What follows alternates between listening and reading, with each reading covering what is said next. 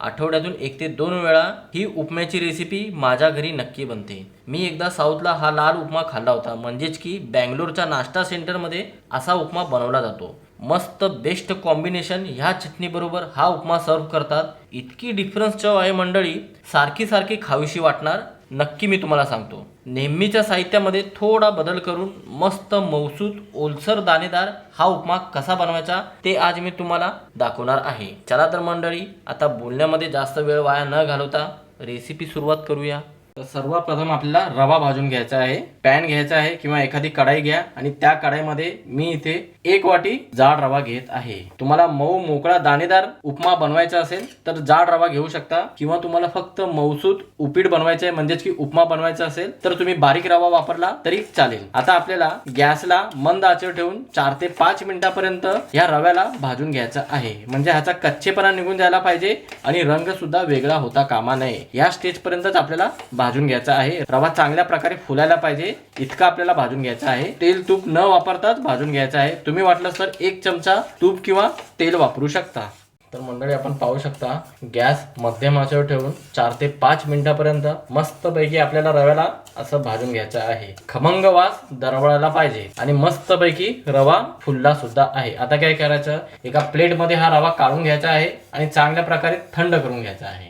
तर रवा थंड होतोय तोपर्यंत आपण इथे पुढची तयारी करून घेऊ। ते छोटंसं मिक्सरचं भांडं घ्यायचं आहे आणि त्याच्यामध्ये 2 मोठ्या आकाराचे टमाटर असं कापून घ्यायचं आहे। टमाटर जास्त आंबट असतील तर तुम्ही एकच टमाटर वापरू शकता, अन्यथा 2 वापरू शकता। हे हायब्रिड टमाटर आहे, तुम्ही देशी टमाटर वापरत असाल तर एकच वापरा, कारण की ते जास्त आंबट असतात। आता इथे मी लाल काश्मीरी मिरची वापरत आहे। ही तिखट नसते बरं का, फक्त रंग येण्यासाठी इथे वापरत आहे आणि तिखटपणा बॅलन्स होण्यासाठी इथे मी 1 चमचा लाल तिखट वापरत आहे। तुम्ही ही सुकी मिरची तिखटवाली वापरत असाल तर 1 चमचा लाल तिखट नाही वापरलं तरी काही हरकत नाही। चव चांगली येण्यासाठी इथे 1 इंच आलं असं लहान तुकडे करून घ्यायचं आहे। आता काय करायचं, ह्याच्यामध्ये पाणी नाही वापरायचं आहे, एकदम बारीक आपल्याला पेस्ट बनवून घ्यायची आहे याची। तर मंडळी पाहू शकता एकदम बारीक अशी आपल्याला पेस्ट बनवून घ्यायची आहे। बारीक वाटलं गेलं नसेल तर एकदा ह्याला गाळणीने गाळून घेतलं तरी काही हरकत नाही। अशी पेस्ट आपल्याला टमाटरची बनवून घ्यायची आहे। आता थोडा वेळ आपण ह्याला बाजूला ठेवू।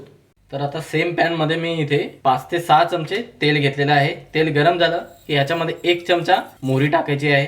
मोहरी चटकायला लागली 1 चमचा उडदाची डाळ, 1 चमचा चण्याची डाळ, पाव चमचा हिंग टाकल्यावर काही सेकंद ह्या सर्व मसाल्यांना म्हणजेच की या सर्व डाळींना आपल्याला परतवून घ्यायचा आहे। हलकासा रंग वेगळा व्हायला पाहिजे, जास्त वेळ ह्याला परतवून घेऊ नका आणि गॅस आपल्याला मंद आचेवर ठेवायचा आहे। तसं बघायला गेलं की हा टोमॅटो उपमा तुपामध्येच बनतो, पण मी इथे तूप न वापरता तेलाने तुम्हाला बनवून दाखवत आहे। तुम्ही वाटलं तर अर्ध्या प्रमाणामध्ये तेल घेऊ शकता, अर्ध्या प्रमाणामध्ये तूप घेऊ शकता, किंवा संपूर्ण रेसिपी तुपामध्ये बनवलं तरी काही हरकत नाही।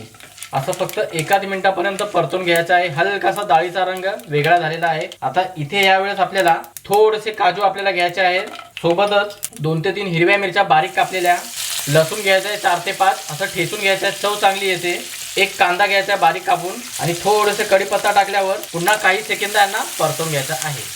तर मंडळी, कांद्याला आपल्याला जास्त वेळ परतवून घ्यायचा नाही, 1 मिनिटापर्यंत आपल्याला कांद्याला सुद्धा परतवून घ्यायचा आहे। हलकासा ह्याचा रंग वेगळा व्हायला पाहिजे आणि कच्चेपणा निघून जायला पाहिजे। आता इथे आपल्याला काही भाज्या वापरायच्या आहेत। सर्वप्रथम इथे मी 2 ते 3 चमचे वाटाणे वापरत आहे। तुमच्याकडे वाटाणे नसतील तर फ्रोझन वाटाणे वापरलं तरी चालेल। 1 लहान आकाराचा गाजर बारीक कापून घ्यायचा आहे, ढोबळी मिरची बारीक कापून घ्यायची आहे आणि पाव चमचा आपल्याला हळद टाकायचा आहे रंग उठून येण्यासाठी, आणि पुन्हा आपल्याला काही सेकंद परतून घ्यायचा आहे। जितक्याही भाज्या वापरत आहे तितक्या आपल्याला जास्त वेळ शिजवून घ्यायचा नाही, ह्याचा हलकासा कच्चेपणा निघून जायला पाहिजे आणि हलकेसे नरम पडायला पाहिजे। रोजच्या साहित्यामध्ये हलकासा बदल करायचा आहे आणि एक सिक्रेट मसाला वापरायचा आहे, ज्याच्याने साऊथचा नाश्ता सेंटर सारखा हा उपमा परफेक्ट बनतो। इतकं मी तुम्हाला 100% खात्रीने सांगतो।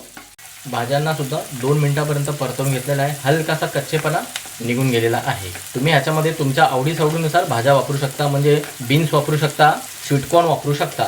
असं काही वेळ परतवून घेतलं की ह्याच्यामध्ये आपल्याला बनवून ठेवलेली टमाटरची प्युरी काढून घ्यायची आहे। आता ह्या मिक्सरच्या भांड्यामध्ये थोडंसं पाणी टाकूया, असं 1-2 चमचे पाणी टाकून चांगल्या प्रकारे खंगाळून घ्यायचं आहे। चिटकलेली प्युरी पाण्यासोबत बाहेर येते। आता आपल्याला चांगल्या प्रकारे एकजीव सुद्धा करायचा या टमाटरच्या प्युरीला भाज्यांमध्ये आणि पुन्हा 2 ते 3 मिनिटापर्यंत परतवून घ्यायचं आहे। टमाटरचा कच्चेपणा निघून जाईपर्यंत परतून घ्यायचा आहे। इथे गॅस मात्र तुम्हाला फास्ट ठेवायचा आहे। गॅस फास्ट नाही ठेवला तर टमाटरला जास्त पाणी सुटेल आणि भाज्यांनाही जास्त पाणी सुटेल आणि जास्त प्रमाणामध्ये हे शिजतील। कमी प्रमाणामध्ये शिजायला पाहिजे, भाज्या क्रंची लागायला पाहिजे, ही महत्त्वाची टिप तुम्ही लक्षात ठेवा। असं काही सेकंद यांना परतून घेतलेला आहे। हलकासा टमाटरचा कच्चेपणा निघून गेलेला आहे। आता इथे आपल्याला चवीनुसार मीठ टाकायचं आहे आणि एक सिक्रेट मसाला आहे, तो मसाला आहे अर्धा ते 1 चमचा गरम मसाला आहे। गरम मसाला वापरल्याने चव चांगली येते, म्हणून एकदा गरम मसाला टाकून तुम्ही ही उपम्याची रेसिपी बनवून पहा मंडळी। इतका खमंग आणि टेस्टी लागतो। आठवड्यातून 2 वेळा नक्की बनवाल आणि नेहमीचा उपमा नक्की तुम्ही खायला विसरून जाणार। असं चांगल्या प्रकारे मीठ आणि गरम मसाला एकजीव करून घेतलं की गॅसला मंद ठेवायचा आहे किंवा मध्यम ठेवा, झाकण लावा आणि तेल सुटेपर्यंत ह्याला शिजवून घेऊ, म्हणजे टमाटरचा पूर्णपणे कच्चेपणा निघून जाईल। बरोबर 2 ते 3 मिनिटं झालेली आहेत। झाकण काढायचं आहे आणि पाहू शकता मंडळी मस्तपैकी ह्याला तेल सुटलेलं आहे, म्हणजे संपूर्ण कच्चेपणा निघून गेलेला आहे। गॅस मंदच ठेवायचा आहे आणि ज्या वाटीने रवा मोजून घेतला होता त्या वाटीने आपल्याला 2 वाटी पाणी घ्यायचं आहे। तुम्हाला उपमा थोडासा ओलसर आणि मऊसूत दाणेदार पाहिजे असेल तर तुम्हाला जितका रवा घेतलेला आहे त्याचा दुप्पट तुम्हाला पाणी घ्यायचं आहे। म्हणून मार्केटमधून कधीही तुम्ही रवा आणलात तर त्याला एका भांड्यामध्ये काढून मोजून घ्या आणि त्याच भांड्याने पाणी घ्यायचं आहे। चांगल्या प्रकारे ह्याला ढवळून घ्यायचं आहे आणि चमचा चालवत राहायचा आहे आणि एका हाताने आपल्याला रवा सोडायचा आहे। एकत्र रवा सोडायचा नाही, चमचा चालवत सोडा, ह्याच्यामध्ये गाठी बनणार नाही। असं एका हाताने चमचा चालवा आणि एका हाताने रवा संपूर्ण सोडायचा आहे। आता काही सेकंद आपण ह्याला परतून घ्यायचं आहे, थोडंसं पाणी आटायला पाहिजे। तर मंडळी पाहू शकता 2 मिनिटापर्यंत मी ह्याला परतून घेतलेला आहे आणि मस्तपैकी ह्याच्यामध्ये पाणी आटून गेलेलं आहे। आता आपल्याला रवा चांगल्या प्रकारे शिजवून घ्यायचा आहे, म्हणजे आपण पाण्याला उकळी न येताच ह्याच्यामध्ये रवा मिक्स केला होता। आता काय करायचं, झाकण लावायचं आहे, गॅस मंद ठेवायचा आहे आणि 5 मिनिटापर्यंत उपम्याला मस्तपैकी शिजवून घ्यायचं आहे। आता उपमा शिजतोय तोपर्यंत आपण इथे मस्त उपम्यासाठी चटणी बनवून घेऊ। बेस्ट कॉम्बिनेशन आहे ही चटणी, एकदा बनवून पहा। मिक्सरचं भांडं घ्यायचं आहे आणि त्याच्यामध्ये आपल्याला 2 चमचे फुटाणे घ्यायचे आहेत, म्हणजेच की डाळव घ्यायचं आहे। सोबतच चटणीची चव वाढण्यासाठी आणि बाइंडिंग येण्यासाठी 2 चमचे भाजलेले शेंगदाणे घ्यायचे आहेत। इथे मी 2 चमचे नारळाची पावडर घेतलेला आहे। तुम्ही सुकं खोबरं वापरलं तरी चालेल किंवा ओलं नारळ वापरलं तरी चालेल। 3 ते 4 लसणाच्या पाकळ्या, थोडीशी कोथिंबीर वापरायची आहे आणि चवीनुसार मीठ टाकल्यावर अगोदर ह्याला असंच बारीक करून घ्यायचं आहे। मग ह्याच्यामध्ये आपल्याला वाटीभर पाणी वापरून मीडियम कन्सिस्टन्सीमध्ये ही चटणी ना पातळ ना घट्ट मध्यम टाईपमध्ये वाटून घ्यायची आहे। चटणीला वाटून घेतलं की मोठ्याशा वाटीमध्ये काढून घ्यायची आहे आणि पाहू शकता ना घट्ट आहे ना पातळ आहे, मीडियम कन्सिस्टन्सीमध्ये ही चटणी बनवायची आहे। तुम्ही वाटलंच तर ह्याला फोडणी दिलं तरी चालेल, मी याला फोडणी न देताच सर्व करणार आहे, म्हणजे उपमा बरोबर खाणार आहे। ही अशीच एकदम खमंग लागते। आता याला थोडा वेळ बाजूला ठेवून आणि उपमा तयार झाला आहे की नाही पाहूया। चटणी पूर्णपणे तयार झाली की इथे 5 मिनिटं सुद्धा झालेली आहेत। झाकण काढायचं आहे आणि पाहू शकता मंडळी संपूर्ण पाणी रव्याने शोषून घेतलेलं आहे। आता ह्याची चव आणखीन दुपटीने वाढण्यासाठी इथे आपल्याला फक्त अर्धा चमचा साजूक तूप वापरायचं आहे आणि सोबतच बारीक कापलेली कोथिंबीर टाकायची आहे आणि चांगल्या प्रकारे या सर्व जिन्नसांना उपम्यामध्ये एकजीव करायचं आहे। भरपूरच सोपी रेसिपी आहे मंडळी आणि जितकी दिसायला सुंदर दिसते तितकीच खाण्यासाठी एकदम भन्नाट लागते बरं का। एकदा अशा पद्धतीचा उपमा तुम्ही बनवून पहा। साऊथमध्ये ह्या उपम्याला रव्याची खिचडी असं बोललं जातं।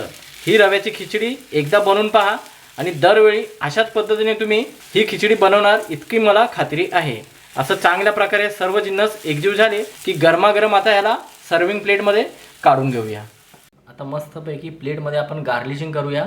तुम्ही तुमच्या आवडीनुसार प्लेटमध्ये उपमा घेऊन खाऊ शकता। आपल्याला असा उपमा काढून घ्यायचा आहे आणि अशी मस्त खमंग नारळाची चटणी या प्लेटमध्ये सर्व करायची आहे। चवीला इतकी भन्नाट लागते, बघता क्षणी तुमच्या तोंडाला खात्रीने सांगतो पाणी सुटलं असेल। आता वरतून असं बारीक शेव टाकायचं आहे। बारीक शेव पूर्णपणे ऑप्शनल आहे बरं का, तुम्ही असंच खाल्लं तरी टेस्टला एकदम बेस्ट। बारीक कापलेली कोथिंबीर सुद्धा अशी पसरून घ्यायची आहे। तर मंडळी कशी वाटली ही साऊथ इंडियाची उपमाची रेसिपी, म्हणजेच की रव्याची खिचडी? नक्की कळवा तुमची प्रतिक्रिया मला कमेंट बॉक्समध्ये आणि अशाच नवनवीन रेसिपीसह पुन्हा एकदा भेटूया। धन्यवाद।